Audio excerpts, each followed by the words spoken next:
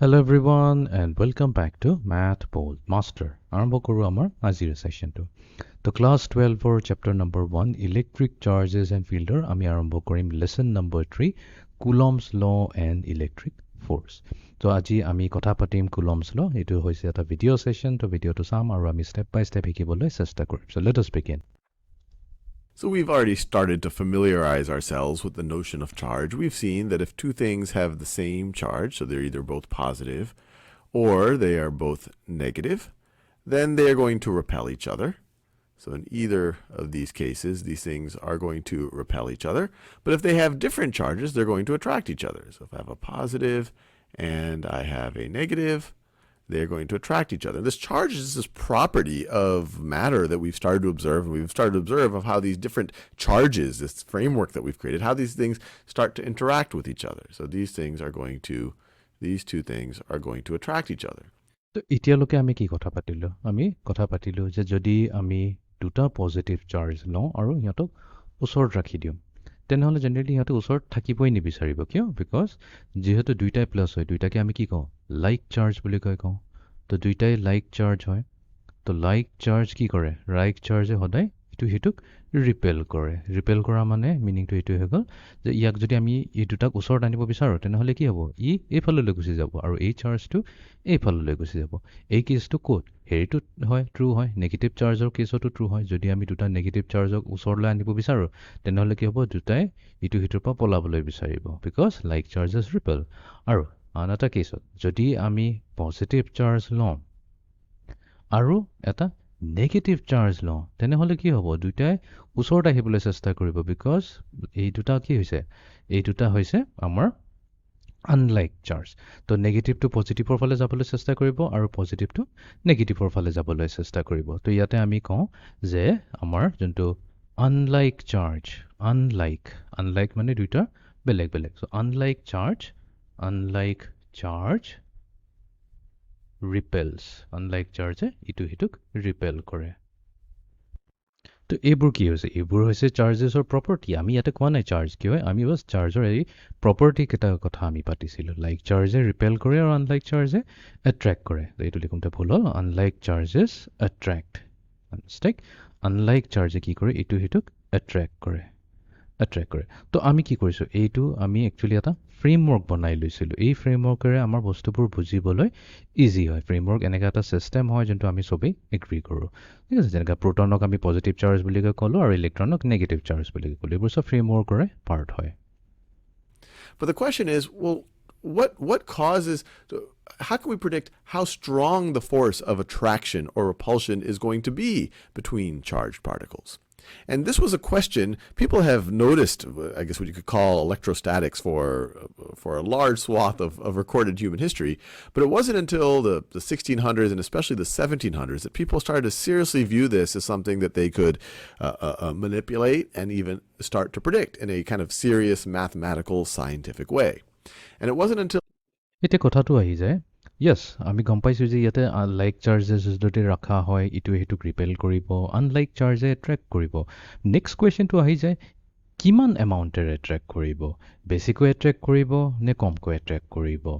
যদি এই প্লাছৰ জেগাত যদি আমি এটা কাম কৰোঁ, আমি যদি ইয়াতে দুটা প্লাছ ৰাখি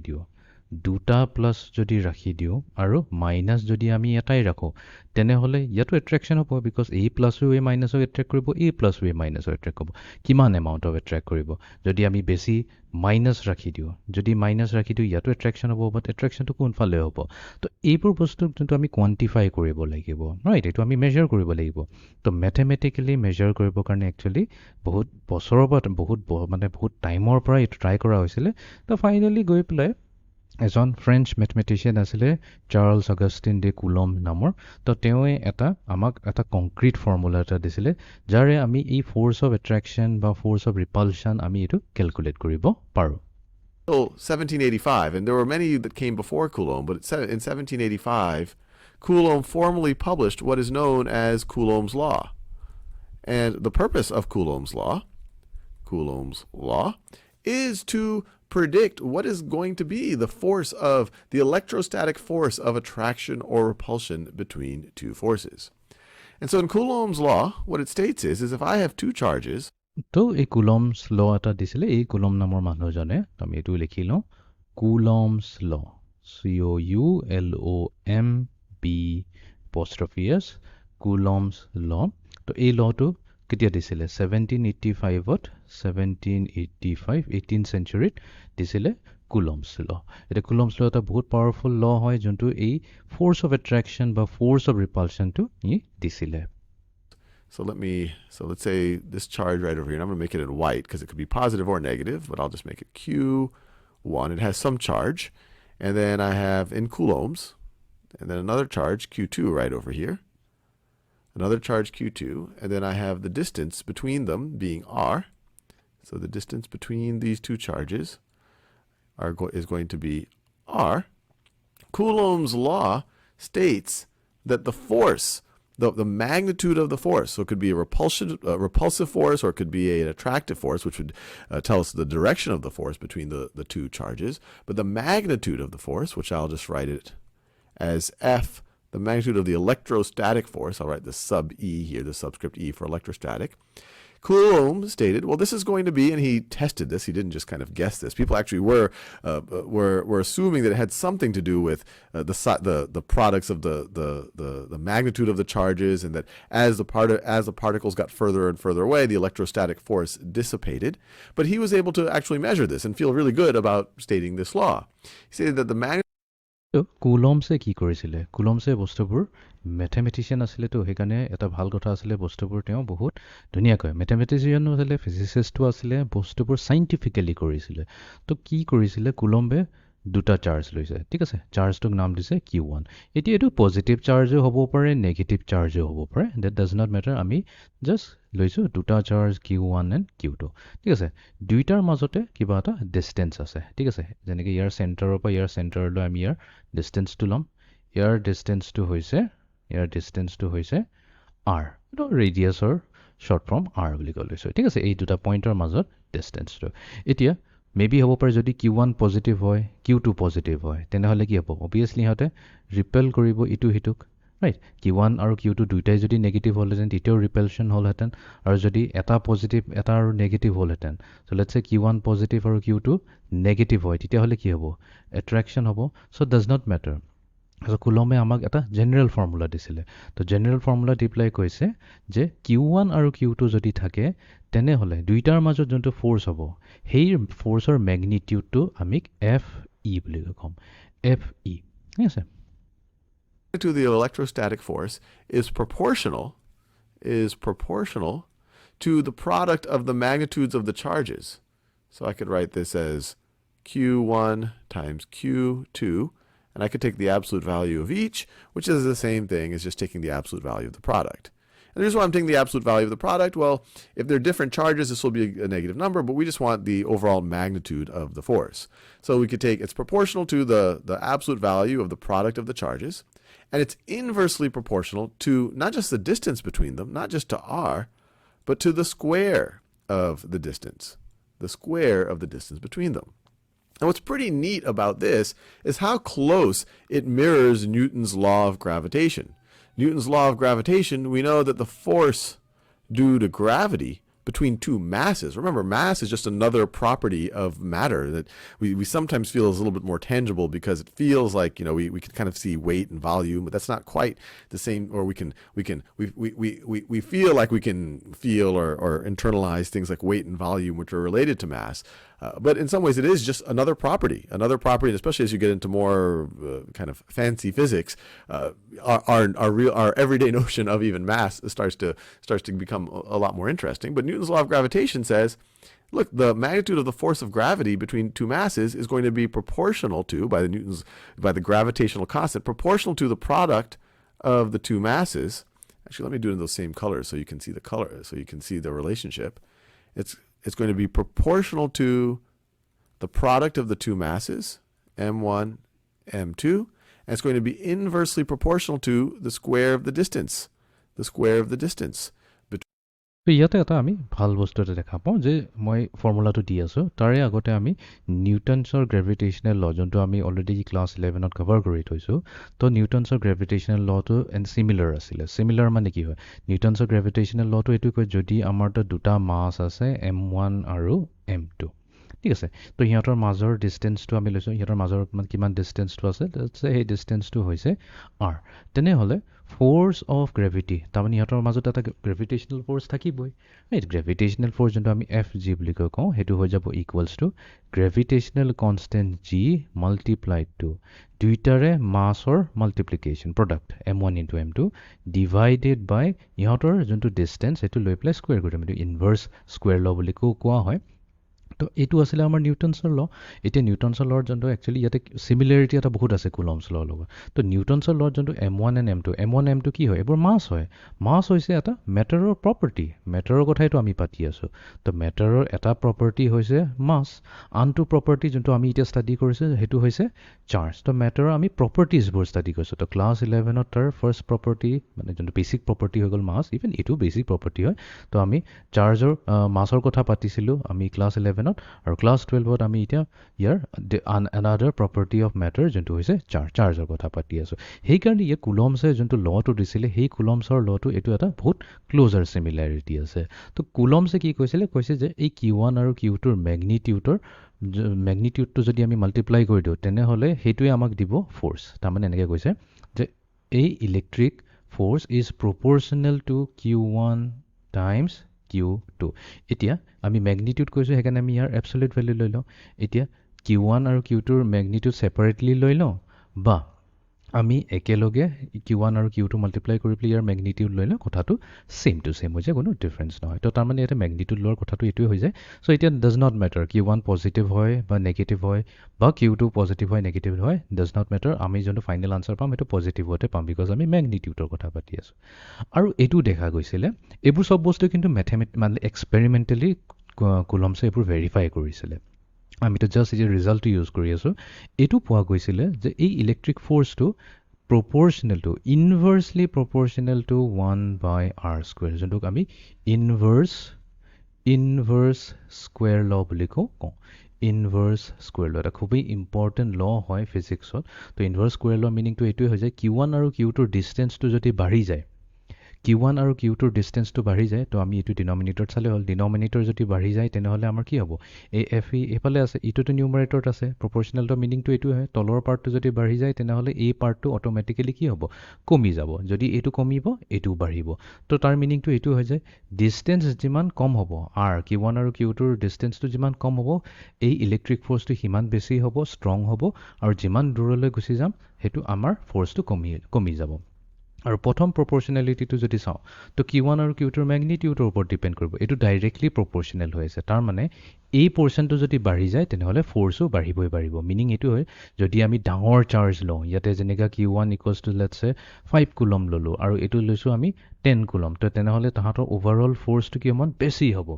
যদি কম ফ'ৰ্চ লওঁ কম চাৰ্জৰ ভেল্যু লওঁ তেনেহ'লে কি হ'ব কম ফ'ৰ্চ আহিব তো এইটো তাক যদি আমি কম্বাইন কৰি দিওঁ তো কম্বাইন কৰি দিলে কি হ'ব FE তো ইয়াতে আহি যাব এই দুটাক মাল্টিপ্লাই কৰি দিলে হৈ গ'ল magnitude Q1 into Q2 whole divided by r² এতিয়া এইটো প্ৰপ'ৰ্চনেলিটি চাইন আছে তো আমি জানো মেথমেটিক্সত যদি আমি প্ৰপ'ৰ্চনেলিটি চাইনটো গুচাবলৈ বিচাৰোঁ তেনেহ'লে এইটো হৈ যায় FE ইকুৱেলছ টু এটা কনষ্টেণ্ট ল'ব লাগিব সেই কনষ্টেণ্টটোক আমি বৰ্তমান কি বুলি কয় নাম দিলোঁ তাতেতো আমি যদি নিউটনছৰ লৰ কথা পাতোঁ তাতো এটা কনষ্টেণ্ট আছিলে সেই কনষ্টেণ্টটো গ্ৰেভিটেশ্যনেল কনষ্টেণ্ট বুলি কোৱা হ'ব এইটো ঠিক তেনেকৈ যদি আমি এটা পেৰেলেলিজম ড্ৰ কৰোঁ তেনেহ'লে এইটো এটা ইলেক্ট্ৰিক কনষ্টেণ্ট হৈ যাব কি তো এইটো হৈ যাব Q1 Q2 divided by r² আৰু আমাৰ এই প্ৰপ'ৰ্চনেলিটি চিম্বলটো গুচি যাব এইটোৱে হৈছে আমাৰ কুলম্বছ ল COULOMB' কুলম্বছ ল ভেৰি ইম্পৰ্টেণ্ট ল between two masses. Now, these proportionality constants are very different.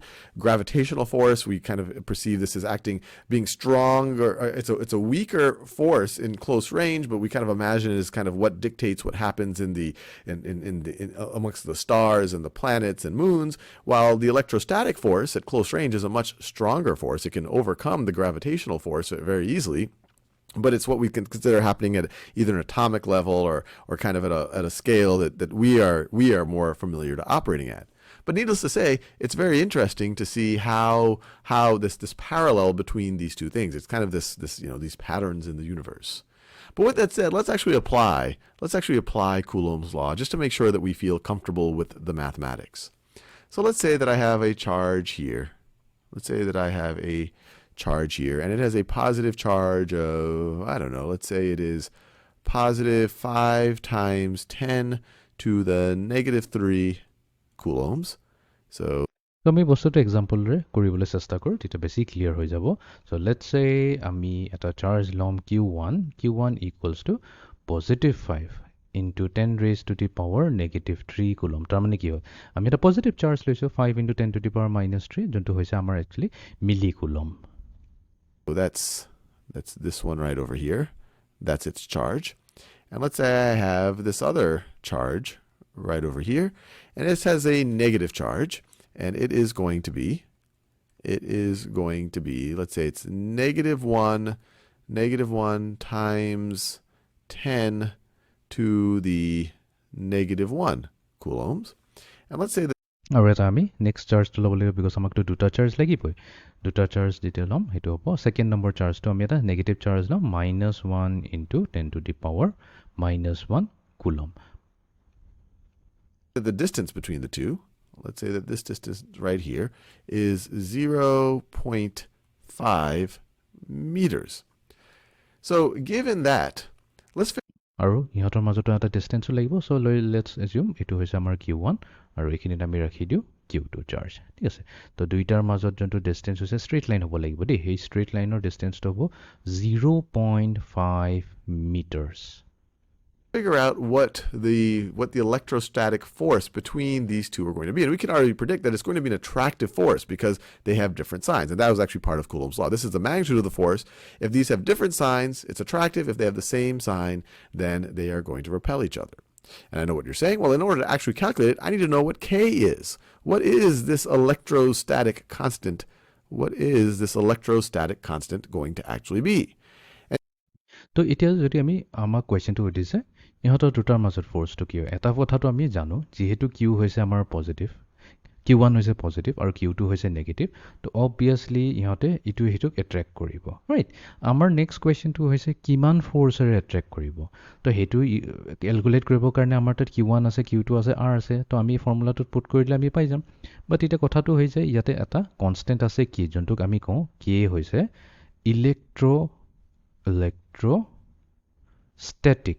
electrostatic because আমি electrostatics পঢ়ি আছো electrostatics মানে যত ইলেক্ট্ৰনছ বোৰ মুভ কৰা নাই ঠিক আছে electrostatic constant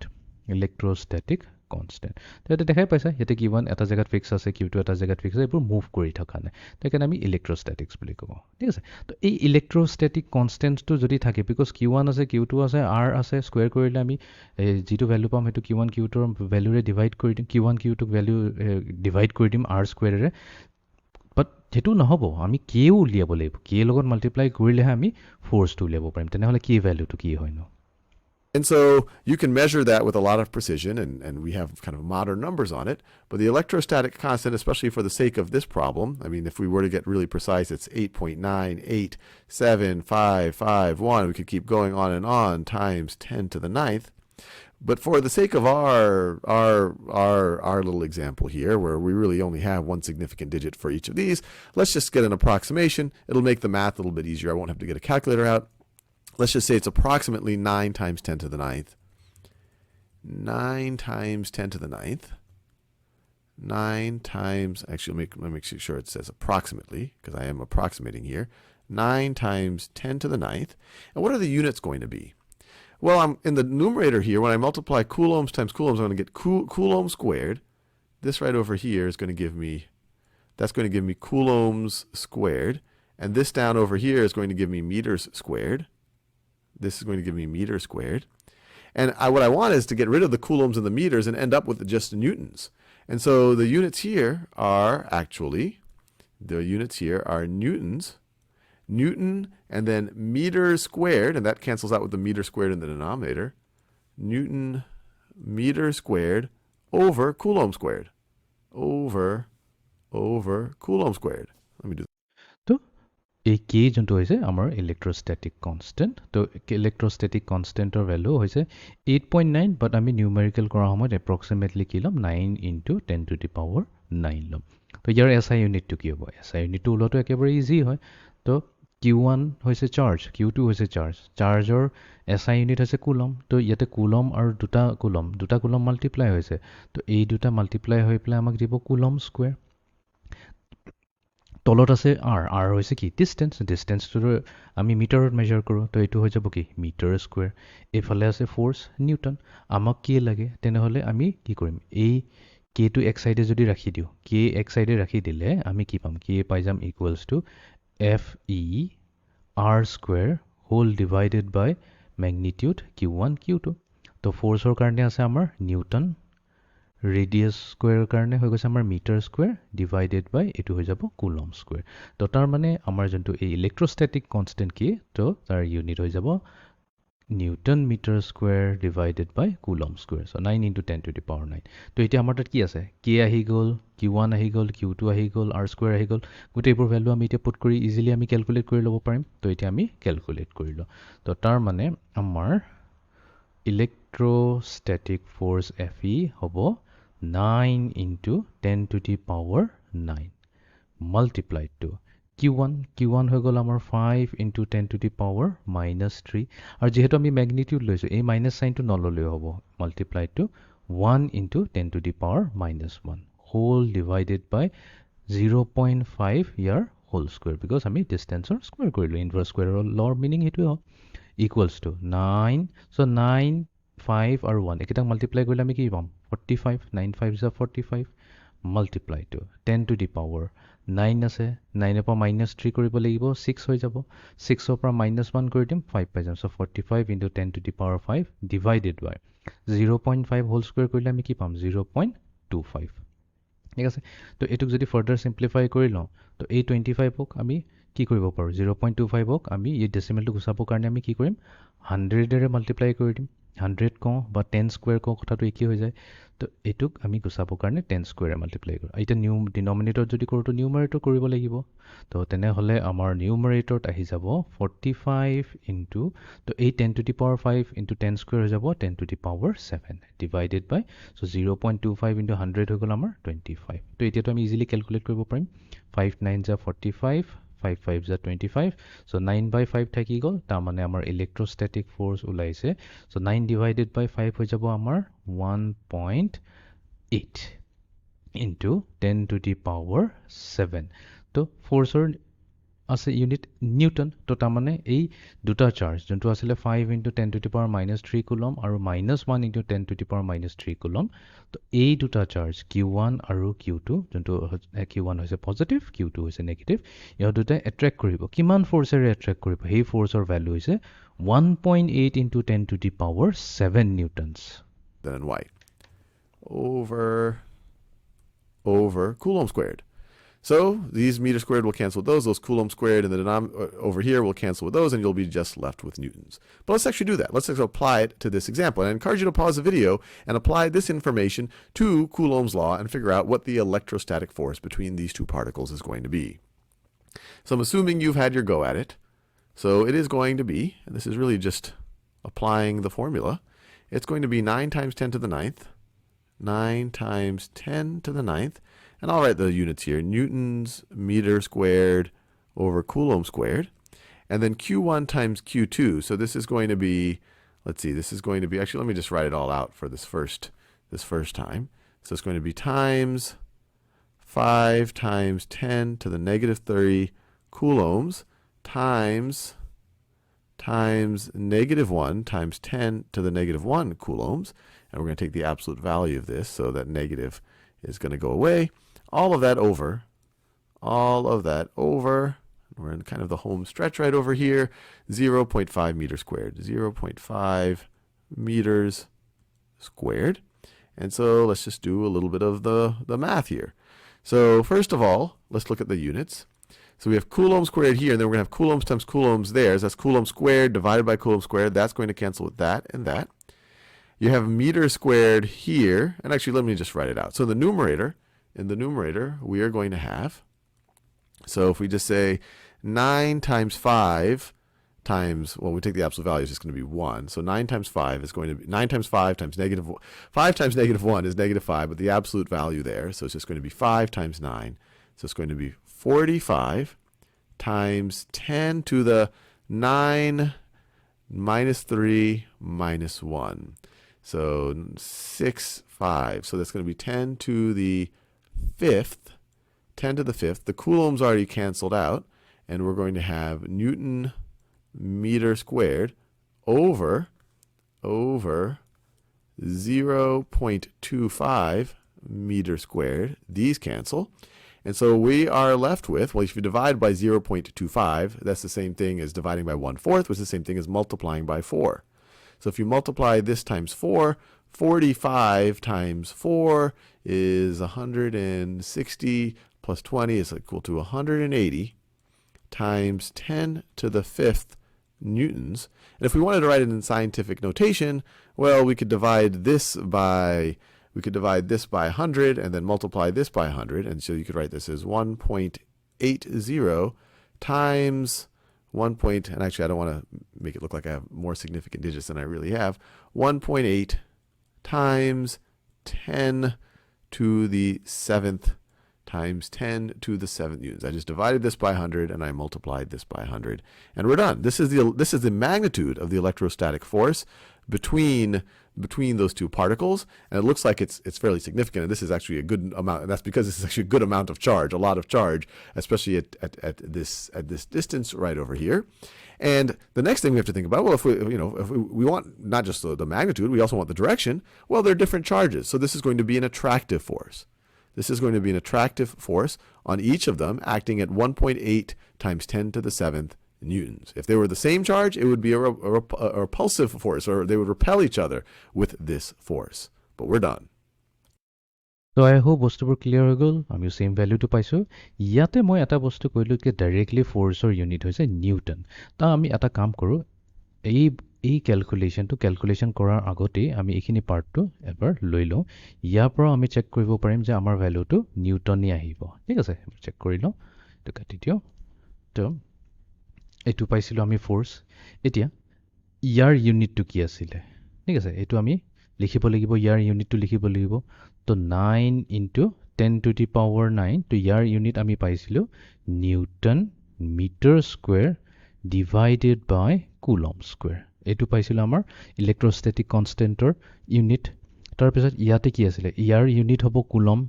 তাৰ পিছত 1 into 10 to the power minus, এটো আছিল -1, তো ইয়াৰো হ'ব ইউনিট কুলম্ব, ৰাইট? আৰু তলত আছিল আমাৰ 0.5, তো 0.5 হোল স্কয়াৰ আমি এনেকৈ কৈ লিখিব লাগিব 0.5 মিটাৰ হোল স্কয়াৰ। ঠিক আছে, বাকিখিনি ক্যালকুলেশন থাকিব 1.8 থাকিব। বাকিবোৰ ক্যালকুলেশন 1.8, সেইখিনি আমি আকৌ ৰিপিট নকৰো। 1.8 into 10 to the power 7 থাকিব। এতিয়া আমি এটা বস্তু চাম।